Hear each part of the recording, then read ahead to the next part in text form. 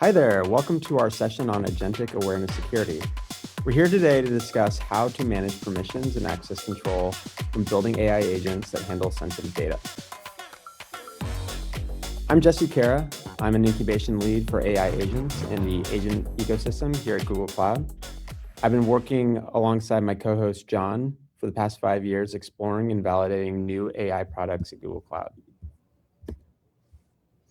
Hi, my name is John DeMartino, and I'm a staff customer and partner engineer here in Google Cloud Consulting. For the past 5 years, I've been focused on helping customers build innovative solutions on Google Cloud. A big part of that involves working on pilot programs for new products, especially within the Vertex AI platform. We also want to acknowledge a few contributors who helped architect the solution. So first up, we want to give a big shout out to Pavel, who was instrumental in building this solution, as well as Hugo. Let's walk through an agenda. We have 4 main sections to cover today to help you understand this new security model. First, we'll define the agentic authorization is and introduce the concept of dual authority. Next, we'll look at a practical case study to see how these challenges work out in a real-world scenario. Then we'll walk through the architecture and steps for actually creating and implementing a multi-agent system. And then finally, we'll conclude with a summary of key takeaways and a look at alternative approaches. So let's get started. So what do we actually mean by agentic authorization? Think of a traditional security like a bouncer at a club. They check your ID at the door. Once you're in, you're in. They're not following you around to the bar to see if you're ordering a soda or accessing a safe in the back office. Agents break that model. An agent is moving around inside the perimeter. It's opening files, calling APIs, and making decisions on the fly. Agentic authorization replaces the bouncer with a continuous context-aware checkpoints. It asks, okay, Agent X is trying to read the HR database. Does it have permission? Does the user who asked have permission? And is the action appropriate right now? It's not just about who you are anymore. It's about what you're doing. We are moving from a static access to a dynamic intent verification. So we're currently entering a significant shift in how we secure AI, which we'll call today the era of the dual authority. It's important to recognize that AI agents are no longer just passive chatbots. They're increasingly complex actors that handle sensitive data across multiple different systems and business contexts. Because of this complexity, we need to treat the agent as a distinct entity, and each agent requires specific permissions strictly based on their intended function, utilizing what we call a first-class agent identity and capability manifest to define exactly what it can do and what it can't do. This is where dual authority model comes into play. We're moving toward a system where access control is actually embedded within the agent's behavior pattern itself. The critical mechanism here is reconciliation. We take the agent's specific capabilities and reconcile them with the end user's personal permission sets. By doing this, we create a secure workflow where the agent operates only in a minimal overlap between the agent's technical access and the user's business access. Ultimately, this allows us to build permissions and access controls directly into the automated workflows, ensuring that the agent never exceeds the boundaries of what is safe for that specific user interacting with it. So let's take a look at the diagram that kind of lays this out. This isn't just a concept, it's the literal logic gate we're building into the infrastructure. In a traditional application, authorization is usually an or statement. If the service account has permission, the code runs it. Or if the user is logged in, the app runs it. In an agentic world, or is a vulnerability. If I'm a super admin and I use basic summarizer agent, that agent should not inherit all of my ability to delete the production databases. That allows a hallucination to wipe out our company. Conversely, if a basic user accesses a super admin agent, they shouldn't suddenly gain root privileges. This framework introduces a hard logical and. We check the user's token on the right. We check the agent's verified manifest on the left. If and only if those two permissions overlap in the green zone, does the request proceed. We call this a runtime reconciliation. It is the only way to safely deploy autonomous code. So why use a dual authority model? You might look at this dual check architecture and think, this looks like a lot of extra overhead. But we're adopting this into the model to solve a specific engineering problem. We need to fundamentally decouple who the user is from what the machine is capable of. First, let's talk about precision control. In a standard setup, you might give an agent a service account with broad editor rights. That's dangerous. Instead, we use scope credentials. Think of these as ephemeral task-specific keys generated at runtime. The agent doesn't hold the master key to your data warehouse. It holds a temporary pass on a read one specific table or one specific transaction. This leads directly to a reduced blast radius. We know that large language models can be manipulated via prompt injection. If an attacker tricks your agent, you do not want them inheriting the user's full admin privileges. By enforcing this dual check, even if the agent is compromised, it hits a hard wall. It acts as a containment cell, preventing a compromised agent from pivoting to accessing sensitive HR and R&D data just because the user happened to have those permissions. And finally, adaptability. Business rules change faster than we can ship code. Because we externalize these permissions into policy engine, you can update your security rules like restricting a tool or changing the data boundary instantly. The agent's behavior updates automatically without you having to refactor or redeploy a single line of code. So where does the rubber hit the road? We don't rely on a single gatekeeper. We enforce this model across 4 distinct pillars. First, we start with identity. Before a single packet moves, we verify exactly what software is running using a cryptographic SPIFFE ID. We know it's a finance agent and not a rogue script. Second, we enforce user permission. The agent is acting on your behalf. We carry your user context through the entire chain. If you don't have an IAM role to see the BigQuery table, neither does the agent. Third, we have a decision engine. This is our runtime policy layer. Before any tool is invoked, this engine intercepts the call and asks, does the agent's manifest allow this action right now? It is a real-time referee. And then finally, we have the networking boundary. This is a hard outer shell. We use VPC service controls to lock the agent into a specific network perimeter. Even if the code is compromised and tries to phone home as a bad actor, the network itself drops a connection. It is a fail-safe that ensures data never leaves blast radius. Thanks a lot, Jesse. All right, so we've covered the philosophy. We've talked about the what, the why, and the where. Now let's start talking about how it actually works. We are going to walk through a practical reference architecture of an implementation we built for a client we'll call Acme Corp. This isn't hypothetical. This is a real-world blueprint of how we solved a complex authorization problem using the dual authority pattern we just discussed. Let's ground this in reality. Acme Corp is a leader in smart building systems. Their goal sounded deceptively simple. They wanted to use generative AI with a RAG solution to let their clients chat with mountains of technical documentation. But when we looked under the hood, we found an architectural bottleneck. They were hitting a perfect storm of 3 constraints. First, multi-tenancy. Acme serves thousands of customers. Data leakage between customer A and customer B isn't just a bug. It's an existential risk for their business. Second, granular context.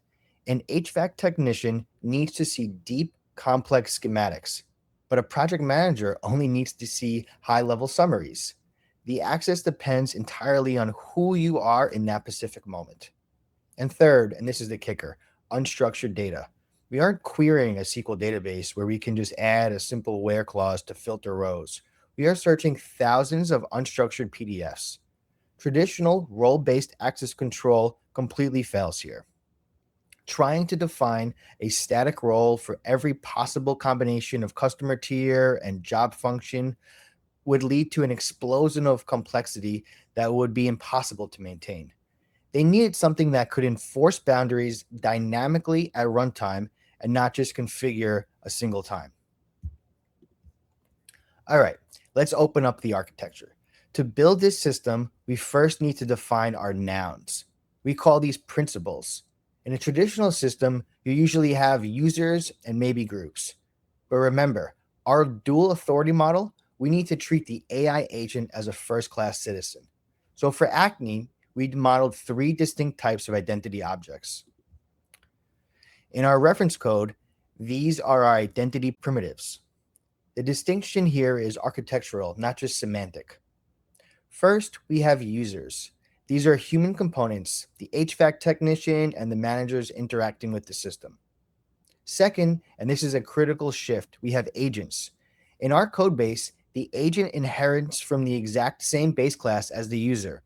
They are first class principals. An agent isn't a script running as a user, it is a distinct actor with its own identity, its own GUID, and its own permissions. And third, we have groups, and this is how we handle scale. We don't want to assign permissions to every single technician individually. We map them to logical groupings like customer org C1 or gold subscription tier. By explicitly modeling the agent as a distinct principal, we lay the groundwork for that end gate logic we saw earlier. Both the user and the agent bring valid credentials to the table. Finally, every one of these objects carries restrictions. This isn't just metadata. These are the actual enforcement rules that control CRUD access. By modeling it this way, we ensure that both a user and an agent have to bring valid credentials to the table. Okay, so we have our players, the principals. We know who the users, agents, and groups are. But how do we actually give them permissions? How do we write the rules that says this technician from customer C can read HVAC manuals, but they are absolutely forbidden from seeing security schematics? That's where our next building blocks comes into play. These are the tools that let us surgically apply our security policies. This brings us to our enforcement primitives, access and restrictions. Think of an access object as an atomic permission tag. It has a scope like customer or subscription and a specifier like C1 or gold. It's a single key, but the real world security isn't a single key. It's multi-factor. So we bundle these keys into restriction objects. A restriction is a logical end statement. For example, a document might require subscription gold and role level 3 tech. You need both to unlock the door. Now, here is the engineering challenge. Checking these complex logical rules against millions of documents at runtime could be incredibly slow. You can't run a complex if-then statement on every single search result. So here's the engineering trick, hashing. Instead of evaluating complex logic for every single row, we hash the restriction into a unique signature, a short validation code. We stamp this hash directly onto the document's metadata. And at query time, we don't resolve logic. We calculate the user's hash and see if it matches the document's hash. It turns a complex logic problem into lightning fast string comparison. This is how our customers scale security without killing search latency. All right, so we've got our players, the principals. We have the rules for them, the access and restrictions. Now let's focus on the what, the actual knowledge assets, Acme's documents. The big question is, how do we make sure these rules are actually applied to the right documents? How does Acme's system ensure that an HVAC manual actually knows it should be seen only by those with the HVAC permission? We don't want to build a firewall. We want the document to protect itself. So let's see some code samples. So we've decided to push the logic down to the data. But what does that actually look like in production? So if we look at the code on the right, we're essentially slapping a digital access required sticker onto every single document. Here is the architectural nuance. The application does not guess these rules. First, let's talk about the ingestion flow. When Acme ingests that new HVAC manual, the app calls our backend security context service. It asks, what is the hash for an HVAC document? The service calculates it, returns it, and then we tag the file. That hash is burned into the metadata before it ever hits the database. Now, here is the harder problem, the update challenge. What happens when policies change? Maybe that manual gets promoted to level 3 access only. In a legacy system, you'd have to reprocess the file content, but we don't do that. Instead, the security service calculates the new hash and the application simply hits the database API to patch the metadata. In essence, we swap the sticker. The content remains untouched, and the result, this gives us a dynamic update benefit where you can see on the left. We get the speed of embedded metadata, but the flexibility of a centralized policy engine. And the best part, this JSON pattern works everywhere. Vertex AI search, BigQuery, cloud storage. If your database supports tagging, it supports the security model. So we've seen how Acme's application tags documents with the right security stickers, those metadata hashes we just discussed. Now for the final piece of the puzzle, document retrieval. How does the system ensure that when a technician asks a question, the search actually uses those tags to filter results correctly? This is where the dynamic enforcement meets the data. So we've done all the hard work. We've defined the policy, we've tagged the data. Now we get the payoff, the retrieval. This is where we ensure that when an Acme technician asks a question, we don't accidentally leak the wrong manual. Now let's look at the diagram on the left. Now this is where that magic happens before the query ever even leaves the application. We have user 1 who has access to C1, and we have the AI agent, which has the HVAC access. We don't just give them everything. We calculate the intersection. We ask, what is the minimum set of permissions needed for this specific conversation? In this case, it's subscription C1.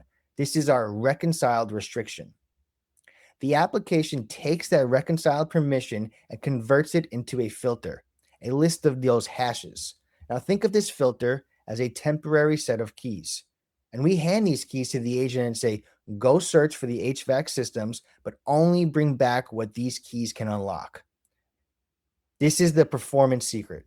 We send the query plus filter bundle to Vertex AI search.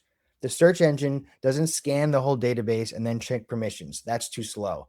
Instead, it applies the hash filter at the index level. So for document 1, it has the subscription C1 tag. The hashes match. Boom, returned. For documents 2 and 3, their tags don't match. As far as the query is concerned, those documents don't even exist. So we get sub-second search results across millions of documents with zero risk of data leakage. The application defines its scope, and the data store enforces it via the string comparison. Now, this works great for a single agent, but what happens when we have a team of agents working together? All right, so we've built a strong foundation for securing access to data using this dynamic reconciled permission model. But modern AI isn't just one agent. You frequently have multiple specialized agents collaborating on a task. And remember our microagents idea? Maybe one routes requests, another searches data, another summarizes. How do we take that agentic security principles, those smart checkpoints, that user agent reconciliation, and weave them into more complex multi-step workflows? This is where orchestration frameworks become really important.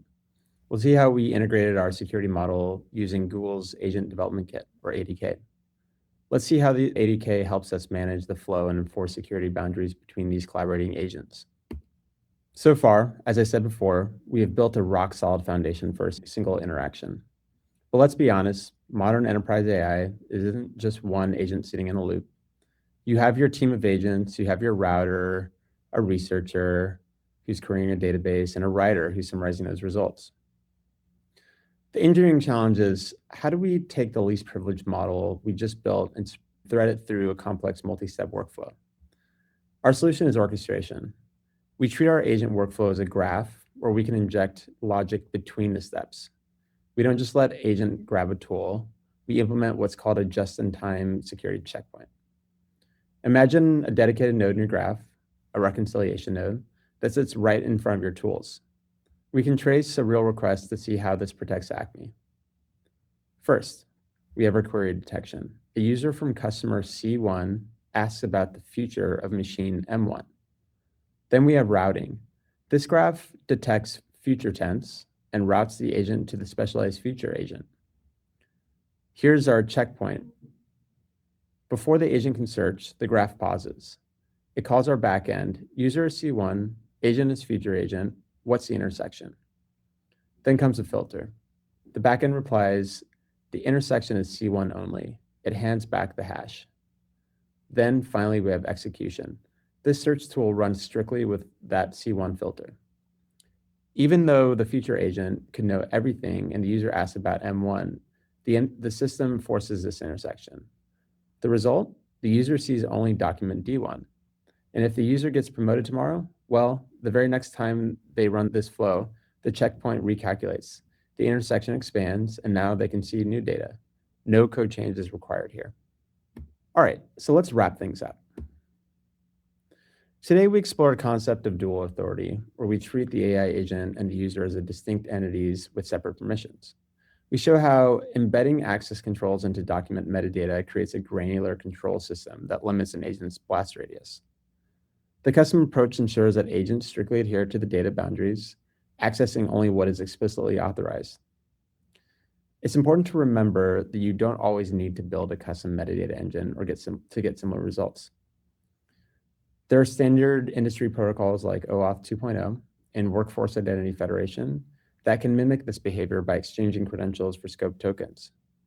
While these standard methods are easier to integrate with existing systems, they often lack the fine-grained document-level precision or the custom model we built today. Ultimately, your choice depends on the trade-off between ease of integration and the need for hyper-specific security controls. And lastly, be on the lookout for more managed agentic identity services coming out in 2026 to make this whole workflow easy and flexible. Thank you for your time today. If you're interested in implementing this yourself, please check out your code samples and have a great day. Thank you.